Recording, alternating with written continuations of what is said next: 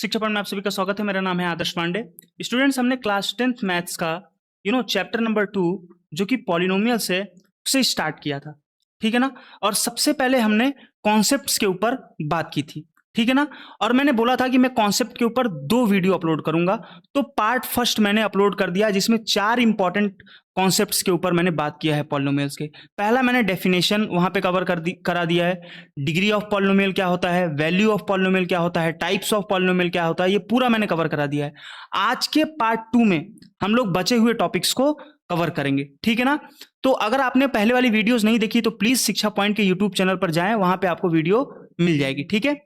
आप शिक्षा पॉइंट के टेलीग्राम चैनल को भी ज्वाइन कर सकते हैं, वहां पे आपको इस चैप्टर के कॉन्सेप्ट के नोट्स मिल जाएंगे पीडीएफ के फॉर्म में। ठीक है ना। तो आप उनको डाउनलोड करके अच्छे से पढ़ भी सकते हो। तो बिना देरी किए हुए लेक्चर को स्टार्ट करते हैं। सबसे पहले बात कर लेते हैं कि आज हम लोग पढ़ने क्या वाले हैं। तो 4 टॉपिक तक हमने कवर कर लिया था। ठीक है। आज 5वां टॉपिक हम देखेंगे, जीरोस ऑफ पॉलिनोमियल क्या होता है। ठीक है ना। फिर उसके बाद हम लोग बात करेंगे geometric meaning of zeros of polynomial क्या होगा। ठीक है ना। फिर ग्राफ ऑफ पॉलिनोमियल की बात करेंगे और लास्ट में हम लोग देखेंगे relation between zeros and coefficient of polynomial कि भैया किसी भी पॉलिनोमियल के जीरोस और उनके कोफिशिएंट के बीच में क्या रिलेशन होता है उसको देखेंगे। और ये बहुत इंपॉर्टेंट है, इससे क्वेश्चन आता ही आता है। ग्राफ ऑफ पॉलिनोमियल से क्वेश्चन आता ही आता है। बनाने के लिए ग्राफ नहीं आएगा, लेकिन ग्राफ पे 1 मार्क्स का एमसीक्यू आपसे पूछ लेगा। ठीक है। नाउ हमारा टॉपिक जो 5 है वो क्या है बताओ, जीरोस ऑफ पॉलिनोमियल। ठीक है। तो जीरोस ऑफ पॉलिनोमियल क्या होता है कि किसी भी पॉलिनोमियल की वेरिएबल की ऐसी वैल्यू जिसको पुट करने पे, पॉलिनोमियल में जिसको पुट करने पे हमारा पॉलिनोमियल की वैल्यू 0 हो जाए, उसी को हम क्या कहेंगे बताओ, जीरोस ऑफ पॉलिनोमियल कहेंगे। ठीक है ना। जैसे एक मैं यहां पे डेफिनेशन दिया, पहले इसको भी पढ़ के आपको समझा देता हूं। Real number A is called zeros of polynomial P X when P of A equal to 0। तो किसी भी रियल नंबर ए को हम तभी पॉलिनोमियल पी एक्स के जीरो को, पॉलिनोमियल पी एक्स के 0 बोलेंगे जब ए को पुट करने पे एक्स पे मेरा वैल्यू ऑफ पॉलिनोमियल क्या आ जाए, 0 आ जाए। ठीक है ना। इसको सॉल्व करके समझते हैं। तो बताओ अगर मैं यहां पे x की वैल्यू 1 पुट करूं तो देखो क्या आ गया, 1 माइनस 1 कितना आ गया, 0 आ गया। तो x पुट करने पे मेरा वैल्यू ऑफ पॉलिनोमियल क्या आ गया, 0 आ गया। मेरा पॉलिनोमियल क्या हो गया, 0 हो गया। तो इस 1 को मैं क्या बोलूंगा, जीरोस ऑफ दिस पॉलिनोमियल, इस पॉलिनोमियल का जीरोस बोलूंगा। ठीक है ना। तो किसी भी पॉलिनोमियल के जीरोस की अगर मैं बात करूं तो वेरिएबल की ऐसी वैल्यू जिसको पॉलिनोमियल में पुट करने पे, वेरिएबल की जगह पे पुट करने पे हमारा जो वैल्यू ऑफ पॉलिनोमियल हो वो 0 आ जाए, तो उस वैल्यू को मैं क्या कहूंगा, जीरोस ऑफ पॉलिनोमियल कहूंगा। ठीक है। चलो अब बात करते हैं कि जो हमारा नंबर ऑफ जीरोस होता है पॉलिनोमियल का, वो डिग्री ऑफ पॉलिनोमियल के इक्वल होता है। तो किसी भी पॉलिनोमियल के कितने नंबर ऑफ जीरोस होंगे, मतलब कितनी ऐसी वैल्यू होगी कि मैं पॉलिनोमियल के अंदर रखूं तो मेरा पॉलिनोमियल 0 हो जाए, वो किस पे डिपेंड करेगा, डिग्री ऑफ दैट पॉलिनोमियल, उस पॉलिनोमियल का डिग्री कितना है। जैसे मैं बोलूं लीनियर पॉलिनोमियल की बात करूं तो लीनियर पॉलिनोमियल का स्टैंडर्ड फॉर्म ये होता है, लीनियर पॉलिनोमियल की डिग्री 1 होती है, मैंने बताया है। तो इसके नंबर ऑफ जीरोस कितने होंगे, 1 होंगे। मतलब एक ही ऐसी वैल्यू होगी जिसको पुट करने पे मेरा वैल्यू ऑफ पॉलिनोमियल 0 हो जाएगा। क्वाड्रेटिक पॉलिनोमियल की बात करें तो इसके वेरिएबल की हाईएस्ट पावर 2 होती है, मतलब डिग्री इसकी 2 होती है। तो नंबर ऑफ जीरोस कितने होंगे, 2 होंगे। मतलब इसके 2 ही ऐसे वैल्यू होंगे जिनको पुट करने पे मेरा वैल्यू ऑफ पॉलिनोमियल क्या आ जाए, 0 आ जाए, मेरा पॉलिनोमियल 0 हो जाएगा। ठीक है। क्यूबिक पॉलिनोमियल की बात करें, इसकी डिग्री 3 है, नंबर ऑफ जीरोस भी इसके कितने होंगे, 3 होंगे। ठीक है ना। Now how to find zeros of polynomial. तो ये जो टॉपिक है कि जीरोस ऑफ पॉलिनोमियल कैसे फाइंड करें, तो आपको यहां पे सिर्फ सबसे पहले लीनियर पॉलिनोमियल का फाइंड करना है और फिर क्वाड्रेटिक पॉलिनोमियल का। बस यही दो दो के ही हम जीरोस फाइंड करेंगे, बाकी टॉपिक्स का नहीं फाइंड करेंगे। जैसे क्यूबिक पॉलिनोमियल हो गया, बाई क्वाड्रेटिक पॉलिनोमियल हो गया, डिलीट हो गया ये सिलेबस से। आपको बस लीनियर पॉलिनोमियल या क्वाड्रेटिक पॉलिनोमियल के जीरोस फाइंड करने के लिए आपके एग्जाम में पूछ सकता है। ठीक है ना। तो सबसे पहले अगर बात करें लीनियर पॉलिनोमियल के जीरोस कैसे निकालोगे, तो बहुत आसान तरीका है। जो भी वैल्यू दी हुई है, जो भी पॉलिनोमियल दिया हुआ है, उसको 0 के इक्वल रख दो। P X equal to 0। तो पी एक्स की वैल्यू क्या है, एक्स माइनस 2 इक्वल टू 0। -2 वहां जाएगा तो क्या हो जाएगा, एक्स इक्वल टू 2। यही मेरा क्या आ गया, इस पॉलिनोमियल का 0 आ गया।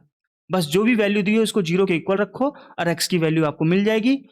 तो एक्स की वैल्यू आपको मिल जाएगी तो वही मेरा क्या होगा, उस पॉलिनोमियल का जीरोस होगा। मतलब इस वैल्यू को अगर तुम पुट करोगे एक्स के जगह पे तो ये मेरा पॉलिनोमियल क्या हो जाएगा, 0 हो जाएगा। क्वाड्रेटिक पॉलिनोमियल के जीरोस कैसे फाइंड करते हैं भैया, तो क्वाड्रेटिक पॉलिनोमियल के जीरो फाइंड करने के कई तरीके हैं। हिट एंड ट्रायल मेथड है, मतलब डायरेक्ट दिमाग में वैल्यू सोचो और पुट करो, अगर जीरोस आ जाए तो वही मेरा क्या है बताओ, मेरा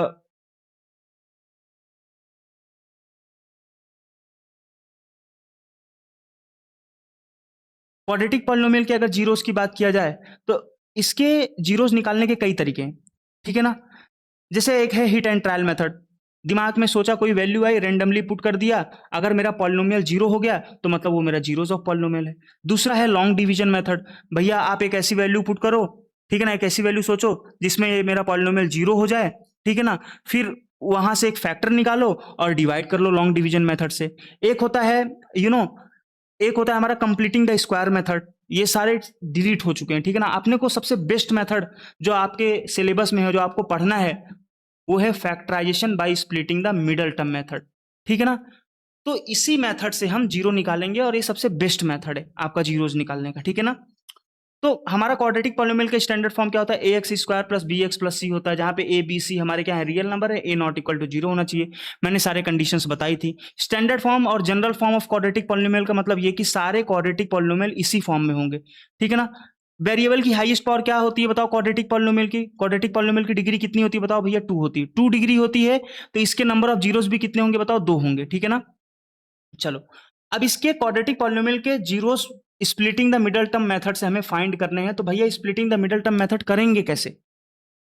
देखो, splitting the middle term method का मतलब होता है मिडल टर्म को स्प्लिट करना है। मिडल टर्म को, ये जो मिडल टर्म है ना, ये जो मिडल टर्म है ना, इसको दो पार्ट में स्प्लिट करना है। अभी मैं बताऊंगा कैसे करना है। पहला स्टेप क्या करोगे बताओ, take the product of A and C of quadratic polynomial. A मेरा क्या है बताओ, कोफिशिएंट ऑफ एक्स स्क्वायर, तो जो भी क्वेश्चन होगा उसके एक्स स्क्वायर का जो कोफिशिएंट होगा और कांस्टेंट टर्म जो होगा उसका प्रोडक्ट करोगे, ठीक है ना। फिर दूसरा स्टेप क्या है बताओ, find the prime factorization of A and C of quadratic polynomial. तो जो भी क्वाड्रेटिक पॉलिनोमियल होगा, ए ए और सी का, जो भी प्रोडक्ट आया आपका ए और सी का, ठीक है ना, उसका आप क्या करोगे बताओ, प्राइम फैक्टराइजेशन करोगे। अब आपको प्राइम फैक्टराइजेशन तो करने आता ही है, मैंने फर्स्ट चैप्टर में ही सिखाया है, ठीक है ना। बाद में उसी प्राइम फैक्टराइजेशन का यूज करके, हम मिडल टर्म को दो पार्ट में स्प्लिट करेंगे, ठीक है ना। उसके बाद हम लोग ग्रुपिंग करेंगे और हमारे फैक्टर मिल जाएंगे, फैक्टर मिल गए तो हमारे जीरोस भी मिल जाएंगे। चलो इसको सॉल्व करते हैं, ठीक है। देखो, जैसे मैंने क्या बताया था, सबसे पहले आप एक्स स्क्वायर का जो कोफिशिएंट है जो कि ए है, और ये लास्ट टर्म कांस्टेंट टर्म, इसका प्रोडक्ट करोगे तो एक्स स्क्वायर का कोफिशिएंट क्या है, 1 है, और ये क्या है, कांस्टेंट टर्म कितना है, 6 है, इसका मल्टीप्लाई करोगे 6 आएगा। फिर इसका प्राइम फैक्टराइजेशन करोगे, 6 का कैसे, यही डिवीजन मेथड यूज करेंगे, 2 से गया प्राइम नंबर से डिवाइड करेंगे, 2 से गया 3 आया, 3 से गया 1 आया, तो क्या हो गया बताओ, 2 इंटू 3 इक्वल टू 6 हो गया, ठीक है। अब इसी प्राइम फैक्टराइजेशन का यूज करके इसको, इस -5x को दो पार्ट में स्प्लिट करना है। कितने पार्ट में, दो पार्ट में। तो बताओ -5, एक प्रकार के लिए भी एक्स को भूल जाओ, -5 को दो पार्ट में तोड़ना है, किसको यूज करके, इसको यूज करके। बताओ -5 को किस तरीके से लिख सकते हैं इन दोनों को यूज करके, बताओ। मैं देखो 3 और +2 कितना होता है, 5 होता है, लेकिन यहाँ पे तो हमें -5 चाहिए, तो बताओ मैं क्या लिख दूंगा, -2 और -3 लिख सकता हूँ कि नहीं। -2 और -3 क्या होते हैं बताओ, -5 होते हैं। क्योंकि यहाँ पे हमें -5x चाहिए, तो -2x लिख दो, बस x लगा दो, -3x इक्वल टू क्या हो गया, -5x। तो -5x को दो पार्ट में तोड़ के मैं ऐसे रीराइट कर सकता हूं, ठीक है ना। तो x square -2x -3x plus 6, उसके बाद ग्रुपिंग करना है, दो दो का आपको ऐसे क्या करना है, पेयर बनाना है, ग्रुप करना है। तो इसमें से क्या कॉमन आ रहा है, पहले वो देखो, x कॉमन आ रहा है, तो ब्रेकेट में क्या बचा बताओ, x -2 बचा। अब जो यहां पे ब्रेकेट बना है ना, ब्रेकेट के अंदर वैल्यू, वही यहां पे भी बनना चाहिए। आपको क्या कॉमन लेना है, सोच समझ के लेना। तो बताओ यहां से अगर मैं 3 कॉमन ले लूंगा, 3, और यहां पे भी 3 2 6 से 3 तो कॉमन आएगा। अगर मैं 3 कॉमन ले लूंगा तो बताओ अंदर क्या बचेगा, यहाँ पे x बचेगा और यहाँ 2 बचेगा, जो कि सेम है। लेकिन यहाँ पे बताओ हम -3 लेंगे कॉमन, क्योंकि यहाँ पे मेरा x पॉजिटिव है, और यहाँ पे देखो क्या है, -3x है, मतलब सामने नेगेटिव है, ये नेगेटिव नहीं होना चाहिए। तो जब मैं -3 लूंगा तो यहाँ x बचेगा, और ये वाला प्लस था तो ये किस में कन्वर्ट हो जाएगा, माइनस में कन्वर्ट हो जाएगा, ये हो गया x-2।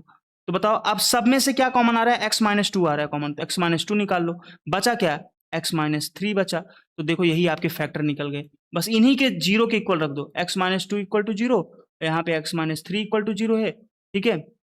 आगे क्या होगा, ये 2 वहां जाएगा तो x इक्वल टू 2 आ गया, ये 3 वहां जाएगा तो x इक्वल टू क्या आ गया, 3 आ गया। यही मेरे क्या हो गए, दो जीरोस हो गए। समझ में आया कि नहीं। चलो, आई होप आपको splitting the middle term method अच्छे से समझ में आया होगा। इसके ऊपर मैं एक डेडिकेटेड वीडियो डालूंगा, उसको आप देख लेना। कभी कभी क्या होता है कि हम एल्जेब्रिक आइडेंटिटीज का यूज करते हैं जीरोस निकालने के लिए, पॉलिनोमियल के, क्वाड्रेटिक पॉलिनोमियल के। अब एल्जेब्रिक आइडेंटिटीज क्या होते हैं, आपने कभी ना कहीं ये फॉर्मूला पढ़ा होगा, A square minus B square का फॉर्मूला क्या होता है, A plus B A minus B. A plus B के होल स्क्वायर का फॉर्मूला क्या होता है, A square plus two A B plus B square. A minus B के होल स्क्वायर का फॉर्मूला क्या होता है, A square minus two A B plus B square होता है। इन आइडेंटिटीज का यूज करके भी कभी कभी हम क्या करते हैं बताओ, क्वाड्रेटिक पॉलिनोमियल के जीरोस फाइंड करते हैं। जैसे पहला क्वेश्चन है, आप इसको splitting the middle term method से फैक्टराइज भी कर सकते हो, ठीक है ना। अब यहां पे मिडल टर्म तो दिया ही नहीं है, ठीक है, आप फैक्टराइज भी कर सकते हो और आइडेंटिटीज, अलजेब्रिक आइडेंटिटीज का फॉर्मूला लगा के भी निकाल सकते हो, ठीक है। चलो, एक बार बताओ मुझे कि यहां पे मुझे साफ साफ दिख रहा है, यहां पे एक बार बताओ मुझे, ए स्क्वायर तो है, मतलब एक्स का स्क्वायर है, काश ये जो बी वैल्यू है ये बी स्क्वायर हो जाता तो मेरा ये वाला फॉर्मूला लग जाता। बोलोगे हाँ, तो मैंने इसको क्या लिख दिया, एक्स का स्क्वायर, और मुझे पता है 9 जो होता है 3 का स्क्वायर होता है। देखो ये कहीं ना कहीं ऐसे हो गया, ए स्क्वायर माइनस बी स्क्वायर के जैसा इस फॉर्म में हो गया। तो क्या लिख सकते हैं, ए प्लस बी और ए माइनस बी के जैसा लिखते हैं। ए मेरा क्या है बताओ, यहाँ पे एक्स है, बताओ एक्स माइनस थ्री और एक्स प्लस थ्री, इसका फैक्टराइजेशन हो गया। अब इसके जीरोस निकाल लो, एक्स माइनस थ्री को एक बार जीरो के इक्वल रखो, एक बार एक्स प्लस थ्री को जीरो के इक्वल रखो।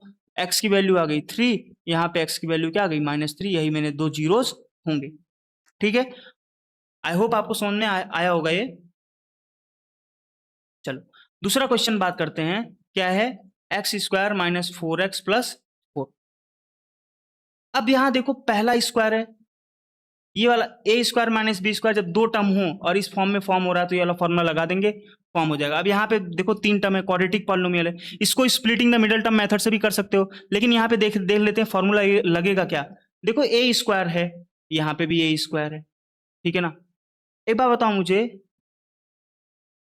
इस 4 को मैं 2 का स्क्वायर लिख सकता हूं, बोलोगे हाँ। तो देखो ए स्क्वायर भी मिल गया जो कि एक्स स्क्वायर है, बी स्क्वायर भी मिल गया मेरा, मतलब 2 का स्क्वायर है ये। बस काश यही मिडल टर्म मेरा 2ab के फॉर्म में हो जाता तो मेरा a माइनस बी का होल स्क्वायर हो जाता, ठीक है। तो बताओ x square minus 4x plus 2 का स्क्वायर, इसको लिखा, ठीक है ना। रुको मैं इसको स्टेप वाइज में लिख देता हूँ, स्टेप में लिखता हूँ आपको तब अच्छे से क्लियर समझ में आएगा।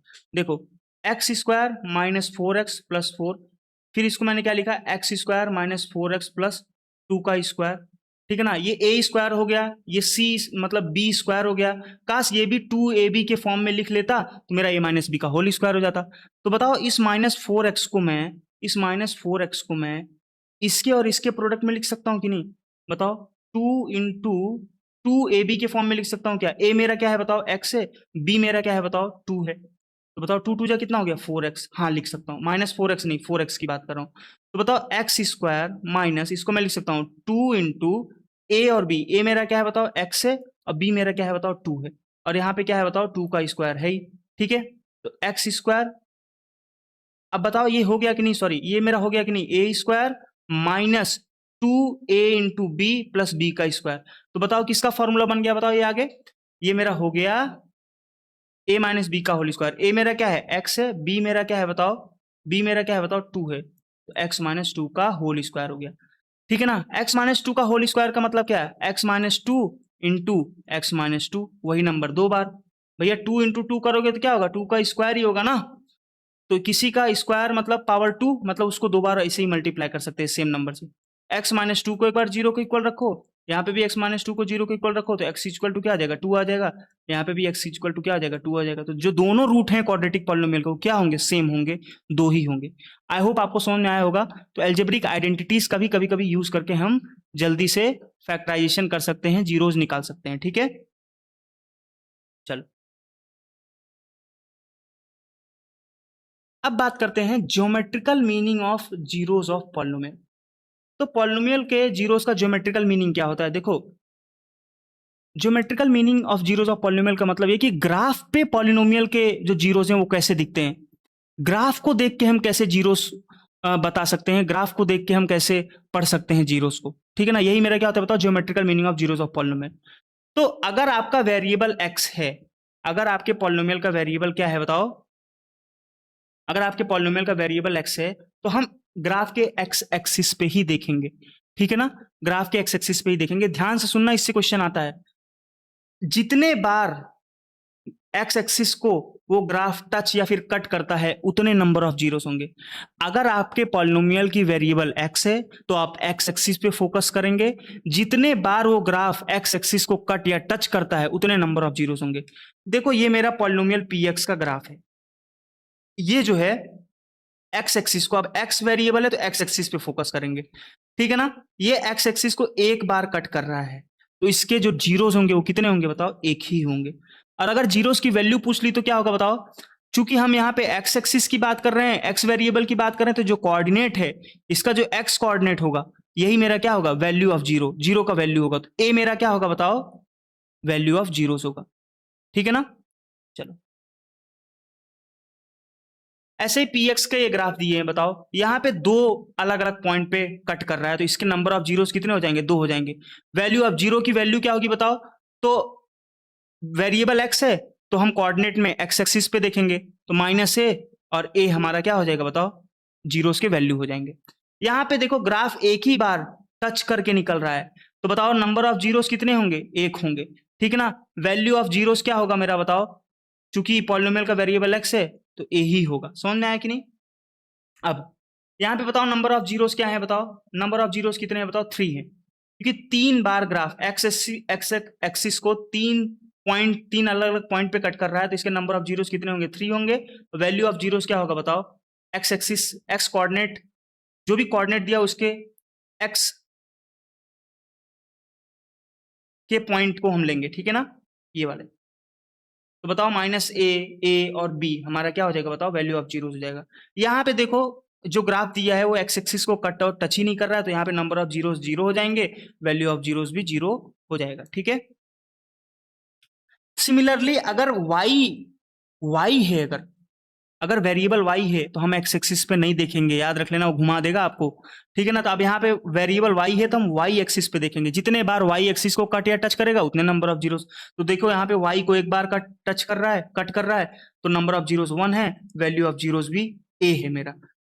क्यों a है, देखो यहाँ पे y वेरिएबल y है तो हमारा ये जो कोऑर्डिनेट दिया है ना, तो यहाँ पे y कोऑर्डिनेट पे ही हम फोकस करेंगे। समझ में आया कि नहीं। तो ये मेरा वैल्यू ऑफ जो जीरो होगा a होगा, ठीक है। ऐसे ही यहाँ पे देखो y एक्सिस को दो अलग अलग पॉइंट पे कट कर रहा है तो इसके दो नंबर ऑफ जीरोस दो होंगे। वैल्यू ऑफ जीरोस क्या होगा बताओ, तो ये जो कोऑर्डिनेट दिए हुए हैं इनके y एक्सिस का जो वैल्यू है वही मेरा क्या होगा, वैल्यू ऑफ जीरोस होगा, क्योंकि हमारे वेरिएबल जो है हमारा पॉलिनोमियल का वो y है, इसीलिए हम लोग y कोऑर्डिनेट को ही वैल्यू ऑफ जीरोस लेंगे, माइनस ए और a हो जाएगा। यहाँ पे देखो एक ही बार टच कर रहा है तो नंबर ऑफ जीरोस 1 है, और क्या है बताओ, y एक्सिस को, y कोऑर्डिनेट को देखो तो a हो जाएगा। समझ में आया कि नहीं। यहाँ पे कितने पॉइंट पे टच कर रहा है, कट कर रहा है, 1 2 3, तो नंबर ऑफ जीरोस 3, बस y कोऑर्डिनेट ही मेरा वैल्यू ऑफ जीरोस होगा क्योंकि वेरिएबल मेरा y है। माइनस ए और b मेरे क्या हो जाएंगे बताओ, इसके वैल्यू ऑफ जीरोस हो जाएंगे, ठीक है ना। यहाँ पे दो अलग अलग पॉइंट पे कट कर रहा है। अब देखो यहाँ पे क्या हो रहा है कि ये जो ग्राफ है ना ये एक्स एक्सिस को कट कर रहा है, ठीक है ना। अब एक बहुत बड़ी गलती हो गई। गलती क्या हो गई, इस ग्राफ को बनाने में थोड़ा सा गलत ये हो गया है कि यहाँ वाई एक्सिस को एक बार कट कर रहा है तो इसके जो नंबर ऑफ जीरोस होंगे ना वो 1 होंगे, ठीक है ना। यहाँ पे कोई मैं पॉइंट ले नहीं पाया, मैं जीरो कॉमा इसको मैं माइनस सी ले रहा हूँ तो यहाँ पे क्या होगा, इसका वैल्यू ऑफ जीरोस माइनस सी होगा, ठीक है। आई होप आपको समझ में आया होगा। एक चीज मुझे आपको और समझाना है कि जो क्वाड्रेटिक पॉलिनोमियल का ग्राफ होता है ना, A x square plus B x plus C का, ये मेरा क्वाड्रेटिक पॉलिनोमियल है। इसका जो ग्राफ होता है ना वो क्या होता है बताओ, पैराबोलिक होता है। कैसा होता है, पैराबोलिक होता है। अब पैराबोलिक अपवर्ड होता है और हमारा क्या होता है, पैराबोलिक डाउनवर्ड होता है, ठीक है ना। अगर मेरा a ग्रेटर देन जीरो है, A x square plus B x plus C, अगर मेरा a ग्रेटर देन जीरो है मतलब a अगर मेरा पॉजिटिव है तो मेरा जो क्वाड्रेटिक पॉलिनोमियल का ग्राफ बनेगा वो मेरा पैराबोलिक अपवर्ड होगा। आपको क्वेश्चन कैसे कैसे पूछ लेगा, नंबर ऑफ जीरोस पूछ सकता है, वैल्यू ऑफ जीरोस पूछ सकता है कि ये बताओ ग्राफ किसका है तो आप बोलोगे क्वाड्रेटिक पॉलिनोमियल का। या फिर आपको पूछ सकता है कि बताओ ये जो पैराबोलिक अपवर्ड है पैराबोलिक अपवर्ड, ये जो ग्राफ है क्वाड्रेटिक पॉलिनोमियल का, उसके एक्स स्क्वायर का कोफिशिएंट क्या होगा, ए ग्रेटर देन जीरो होगा, ए लेस देन जीरो होगा, या ए इक्वल टू जीरो होगा। जब भी ए ग्रेटर देन जीरो होता है तभी मेरा जो क्वाड्रेटिक पॉलिनोमियल का जो ग्राफ होता है वो पैराबोलिक अपवर्ड होता है। अगर मेरा a लेस देन 0 होगा तो बताओ पैराबोलिक डाउनवर्ड होगा, पैराबोलिक डाउनवर्ड बनेगा हमारा ग्राफ। समझ में आया कि नहीं? अगर a लेस देन 0 होगा मतलब a मेरा क्या होगा, नेगेटिव होगा। समझ में आया कि नहीं? देखो ये भी मेरा क्या है बताओ, पैराबोलिक ग्राफ है, अपवर्ड है मतलब a मेरा पॉजिटिव होगा, पहली बात। दूसरी बात ये यहाँ पे देखो टच करके निकल रहा है, जब भी ग्राफ टच करके निकले ना, ये पैराबोलिक ग्राफ जब टच करके निकलेगा ना तो इसके नंबर ऑफ जीरोस, देखो ये क्वाड्रेटिक पॉलिनोमियल का ग्राफ है तो नंबर ऑफ जीरोस 2 ही हैं। आप बोल रहे हो भैया यहाँ पे तो आप 1 लिखे हो, देखो जब टच करके ग्राफ निकलता है ना, इसके जो दोनों जीरोस होते हैं वो इक्वल होते हैं। मतलब इसके जो दोनों जीरो होंगे ना क्वाड्रेटिक पॉलिनोमियल का, वो ए होगा, ए ही होगा, दोनों जीरोस ए ही होंगे। समझ में आया कि नहीं? तो इसके 2 जीरोस तो हैं, लेकिन अगर मैं नंबर ऑफ जीरोस की बात करूं टेक्निकली तो वो 1 ही होगा, एक ही तो वैल्यू है। नंबर ऑफ जीरोस, अगर मैं जीरोस की बात करूं तो क्वाड्रेटिक पॉलिनोमियल के 2 होते हैं, लेकिन जबकि सेम है दोनों वैल्यू तो हम इसको 1 ही बोलेंगे। समझ में आया कि नहीं? चलो, और जो लीनियर पॉलिनोमियल का ग्राफ होता है ए एक्स प्लस बी का, वो कैसा होता है बताओ? स्ट्रेट लाइन ऐसा फॉर्म होता है। ठीक है बहुत मेन टॉपिक आया है, बहुत इंपॉर्टेंट टॉपिक है, इसको समझना है आपको कि भैया relation between zeros and coefficient of polynomial. तो पॉलिनोमियल के जीरोस और उनके कोफिशिएंट के बीच में क्या रिलेशन होते हैं, उसको हमें क्या करना है बताओ? समझना है। और इसमें हम सिर्फ क्वाड्रेटिक पॉलिनोमियल की बात करेंगे। क्यूबिक पॉलिनोमियल था पहले, खत्म हो चुका है, नहीं आएगा, सिर्फ क्वाड्रेटिक पॉलिनोमियल ही आपके सिलेबस में है, वही आएगा। ठीक है ना? क्वाड्रेटिक पॉलिनोमियल का स्टैंडर्ड फॉर्म क्या होता है बताओ? A x square plus B x plus सी होता है। पी एक्स मेरा क्या है? ये क्वाड्रेटिक पॉलिनोमियल है जो कि स्टैंडर्ड फॉर्म में x square plus B x plus c है, जहां पे ए बी और सी हमारे क्या है, ए बी सी हमारे क्या है बताओ? रियल नंबर है, और एक्स हमारा क्या है? वेरिएबल है, और ए नॉट इक्वल टू जीरो है। अगर ए मेरा जीरो हो गया तो ये क्वाड्रेटिक पॉलिनोमियल होगा ही नहीं। देखो कंडीशंस याद रखना, क्या पता एमसीक्यू में पूछ ले। समझ रहे हो ना मेरी बात को? तो क्वाड्रेटिक पॉलिनोमियल के नंबर ऑफ जीरोस कितने हो गए बताओ? भैया इसकी हाईएस्ट पावर 2 है, डिग्री 2 है, तो नंबर ऑफ जीरोस भी 2 होंगे। एक जीरो को मैं अल्फा मान ले रहा हूं, एक जीरो को मैं बीटा मान ले रहा हूं। समझ में आया कि नहीं? तो इसके अगर सम ऑफ जीरोस की बात करें, सम ऑफ जीरोस क्या है बताओ? जीरो अल्फा और बीटा है, तो अल्फा प्लस बीटा क्या होगा बताओ? Minus coefficient of x, x का जो साथी है माइनस एक्स का coefficient upon coefficient of x square. ठीक है ना? और एक्स स्क्वायर का जो कोएफिशिएंट है। ठीक है, तो बताओ एक्स का कोएफिशिएंट क्या है? बी है, तो माइनस बी बाई में एक्स स्क्वायर का कोएफिशिएंट क्या है? ए है, तो हमारा क्या हो जाएगा बताओ? यहाँ पे ए लिखेंगे। तो सम ऑफ जीरोस क्या होता है बताओ? मेरा minus coefficient of x upon coefficient of x square, जो कि होता है माइनस बी बाई ए। अगर मैं डायरेक्ट यूज करूंगा माइनस बी बाई ए तो समझ जाना। समझ में आया कि नहीं? दूसरा क्या होता है बताओ? प्रोडक्ट ऑफ जीरोस क्या होता है? जीरोस का अगर प्रोडक्ट करेंगे तो क्या होगा? तो अल्फा इंटू बीटा क्या होगा? Constant term upon coefficient of x square. Constant term क्या है? सी है, तो सी है मेरा कांस्टेंट टर्म, और कोएफिशिएंट ऑफ एक्स स्क्वायर क्या है? ए, तो मेरा क्या हो जाएगा? सी बाई ए हो जाएगा। ठीक है, आई होप आपको सम ऑफ जीरोस और प्रोडक्ट ऑफ जीरोस समझ में आया होगा, और इससे क्वेश्चन आते हैं, बहुत इंपॉर्टेंट टॉपिक है। चलो, फाइंड द जीरोस, आपको जीरोस फाइंड करना है इस क्वेश्चन का, and verify the relation between zeros and it's coefficient. तो आपको ये जो क्वेश्चन दिया है इसके आपको जीरोस निकालने हैं और जीरोस और कोएफिशिएंट के बीच में रिलेशन भी बताना है। तो सबसे पहले जीरोस फाइंड करते हैं। क्वेश्चन क्या है? X square plus 7x plus 10, ये मेरा क्वेश्चन है। ठीक है, तो मैंने क्या बोला था? Splitting the middle term method से हम जीरोस निकालते हैं क्वाड्रेटिक पॉलिनोमियल का। उसके लिए पहला स्टेप क्या था? एक्स का कोएफिशिएंट जो था, एक्स स्क्वायर का जो कोएफिशिएंट था, जो कि क्या है? 1 है, कुछ नहीं तो 1 है, और कांस्टेंट टर्म जो है उसको मल्टीप्लाई करो, तो मल्टीप्लाई किया 10 आया। फिर उसका क्या करो? फैक्टराइजेशन करो, प्राइम फैक्टराइजेशन करो। 2 से गया कितना आएगा बताओ? 5 आएगा, 5 से गया तो क्या आएगा? 1 आएगा। तो 10 को मैं क्या लिख सकता हूँ? 10 का प्राइम फैक्टराइजेशन क्या होगा? 2 इंटू 5 होगा। अब इन्हीं प्राइम फैक्टराइजेशन, इन प्राइम फैक्टर्स को यूज करके इस 7x को 2 पार्ट में, इस मिडल टर्म को 2 पार्ट में स्प्लिट करना है, तोड़ना है। ठीक है ना? तो बताओ इस 7x को मैं क्या लिख सकता हूँ बताओ? इन दोनों को यूज करके, चाहे इनको प्लस करो, मल्टीप्लाई मत करना, प्लस और माइनस ही करना। ठीक है ना? तो मैं इसको लिख सकता हूँ 2x प्लस 5x, कितना होता है? 7x ही होता है ना। 5 और 2 कितना होता है? 7 होता है। x लगा है तो x लगा दिया, तो इसको मैं लिख सकता हूँ 2x प्लस 5x, और यहाँ पे 10 है तो 10 ले लिया। फिर दो दो का पेयर, दो दो टर्म का मैंने क्या कर दिया? ग्रुप कर लिया। यहाँ से क्या कॉमन आ रहा है बताओ? x कॉमन आ रहा है, तो अंदर क्या बचा? x प्लस 2 बचा।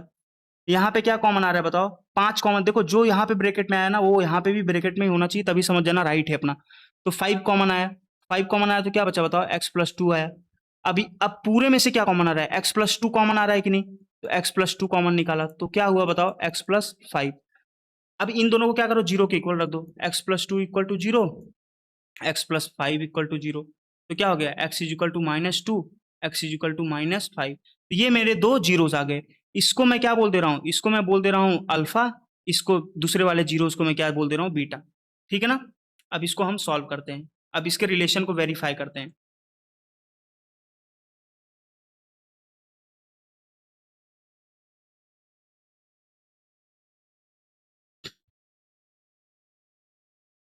देखो सबसे पहले आप क्या करो, ये जो भी वैल्यू है ना, 7x² sorry x² plus 7x plus 10, इसको कंपेयर करो इससे। ये जो स्टैंडर्ड फॉर्म है, ये भी क्वाड्रेटिक पॉलिनोमियल है, ये क्वाड्रेटिक पॉलिनोमियल का स्टैंडर्ड फॉर्म है। तो ए मेरा क्या आ जाएगा बताओ, कोफिशिएंट ऑफ x² क्या है बताओ, यहाँ पे a है, और यहाँ पे कोफिशिएंट ऑफ x² क्या है बताओ, 1 है, तो a मेरा 1 हो जाएगा। यहाँ पे कोफिशिएंट ऑफ x b है, ये क्या है बताओ, कोफिशिएंट ऑफ x क्या है, 7 है, तो कंपेयर करो तो b मेरा क्या आ जाएगा, यहाँ पे 7 आ जाएगा। यहाँ कांस्टेंट टर्म c है, c, और इसको कंपेयर कर दो, c मेरा क्या आ जाएगा बताओ, कांस्टेंट टर्म क्या हो जाएगा बताओ, c मेरा 10 हो जाएगा। अब डायरेक्ट इतना लिख लिया, आपका आंसर आ जाएगा, सॉल्व हो जाएगा। सम ऑफ जीरोस क्या होते हैं बताओ, सम ऑफ जीरोस अभी हमने देखा, सम ऑफ जीरोस क्या होते हैं बताओ, अल्फा प्लस बीटा होता है, जो कि क्या होता है, -b/a, मतलब coefficient minus coefficient of x upon coefficient of x²। तो बताओ जीरोस क्या है बताओ, एक तो मेरा क्या है -2 है, और एक मेरा क्या है प्लस, और ये क्या है -5 है, तो इसको मैं ब्रैकेट में -5 रखूंगा और बड़ा वाला ब्रैकेट क्लोज कर दूंगा। ये क्या होता है बताओ, -b/a, माइनस बी क्या है, b मेरा क्या है 7 है, तो -7 लिखा, a मेरा क्या है 1 है, तो देखो -2 प्लस इंटू माइनस क्या होता है, माइनस होता है, ये -5 हो गया, इसको मैं -7/1 लिखा, -5 -2 कितना होता है, -7 होता है, ये भी मेरा -7 हो गया। देखो LHS इक्वल टू RHS आ गया, पहला वाला तो वेरीफाई हो गया। ठीक है ना। अब प्रोडक्ट ऑफ जीरोस की बात करते हैं, प्रोडक्ट ऑफ जीरोस की बात करते हैं, सम ऑफ जीरोस हो गया। ठीक है, प्रोडक्ट ऑफ जीरोस की बात कर लेते हैं।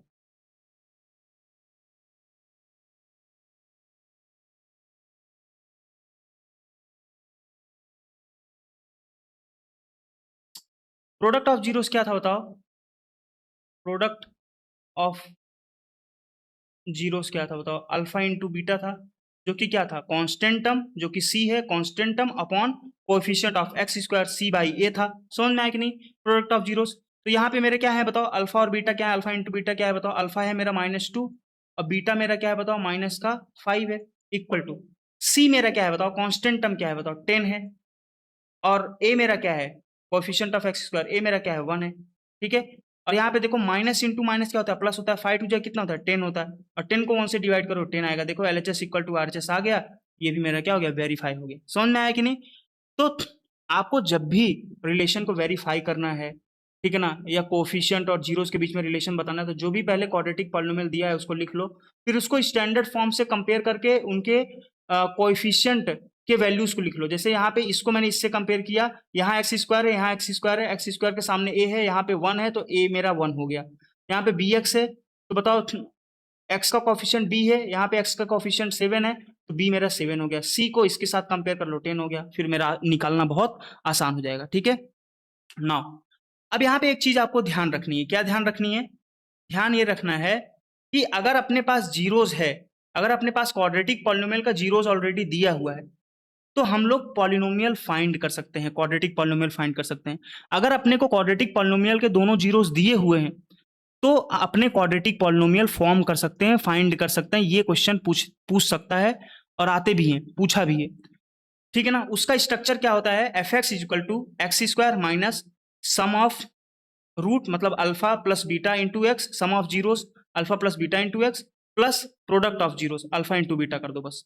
ठीक है ना, फॉर्म हो जाएगा। जैसे ये है, आपको दो जीरोस दिए हुए हैं, ये मेरा अल्फा हो गया, ये मेरा बीटा हो गया, दोनों जीरोस अपने को पता है क्वाड्रेटिक पॉलिनोमियल का। अब बोल रहा है कि फाइंड क्वाड्रेटिक पॉलिनोमियल, अपने को फॉर्म करना है, क्वाड्रेटिक पॉलिनोमियल फाइंड करना है। तो बस यही स्ट्रक्चर है, fx equal to x² minus alpha plus beta into x plus alpha into beta. ठीक है, x² माइनस अल्फा मेरा क्या है बताओ, -2 है, बीटा मेरा क्या है बताओ, प्लस, प्लस का साइन है तो प्लस, और बीटा मेरा क्या है -5 है, मैंने लिख दिया, ब्रैकेट क्लोज कर दिया, ये x हो गया। अल्फा इंटू बीटा क्या है बताओ, अल्फा मेरा क्या है -2 है, और बीटा मेरा क्या है -5 है, ठीक है।